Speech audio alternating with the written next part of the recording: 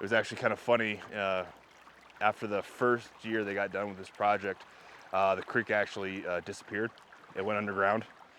And so that kind of looked like a slap in the face towards the CD and Forest Service. It's like, oh, we spent, $500,000 on restoring this stream, and where'd it go?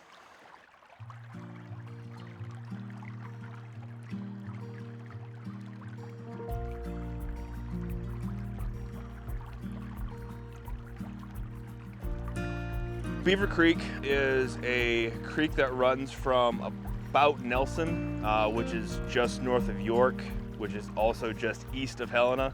It's a creek that flows into the Missouri River west of here, and it's one of the primary spawning points for the trout species of the Missouri to spawn in. My name is Joe Kramer Herman. I am the resource specialist with the Lewis and Clark Conservation District. Lewis and Clark CD started back in 1948.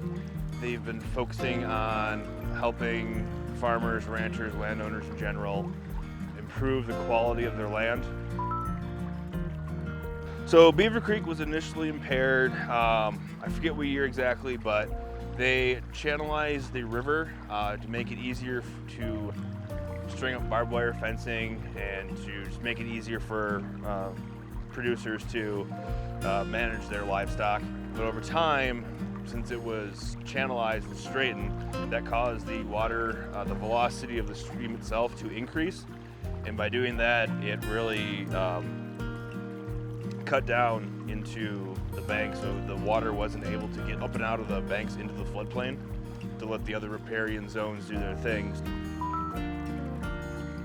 Stream channelization is the process of the waterway itself narrowing down, becoming straight, and increasing the velocity of the water itself. Waterways like to meander, kind of like a puppy in a room full of toys. They kind of go from point A to point B, kind of going back and forth. Well, what happens is some people want to straighten up those lines to make it easier, boundary markers, that sort of thing. And what happens is that velocity of the water increases. So as it increases, it picks up more sands and gravels and stuff from the bed itself and kind of starts cutting away at the banks. So it becomes more of a V-shaped. And so when you do have those high water events I was just talking about, since it's so low already, it can't get up and out into the floodplain itself. So as it cuts down, it just increases, and it takes a long time for the waterway itself to restore itself naturally.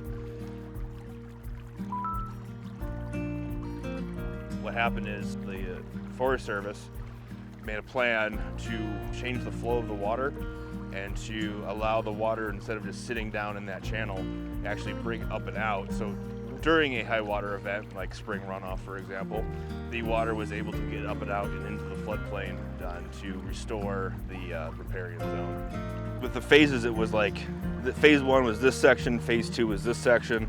I think in total, it's 1.2 miles of stream they restored. This project costs somewhere, I believe, in the $500,000 range. I know the Conservation District itself helped procure funds, 100,000 plus, I believe 125.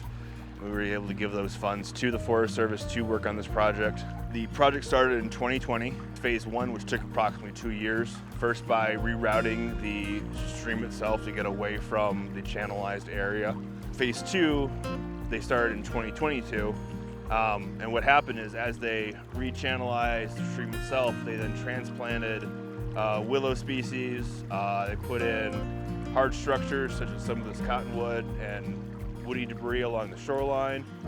And as they did it, just trying to return this waterway back into a more natural looking and natural flowing structure. This creek right here is just one part of what Lewis and Clark Conservation District does for the county.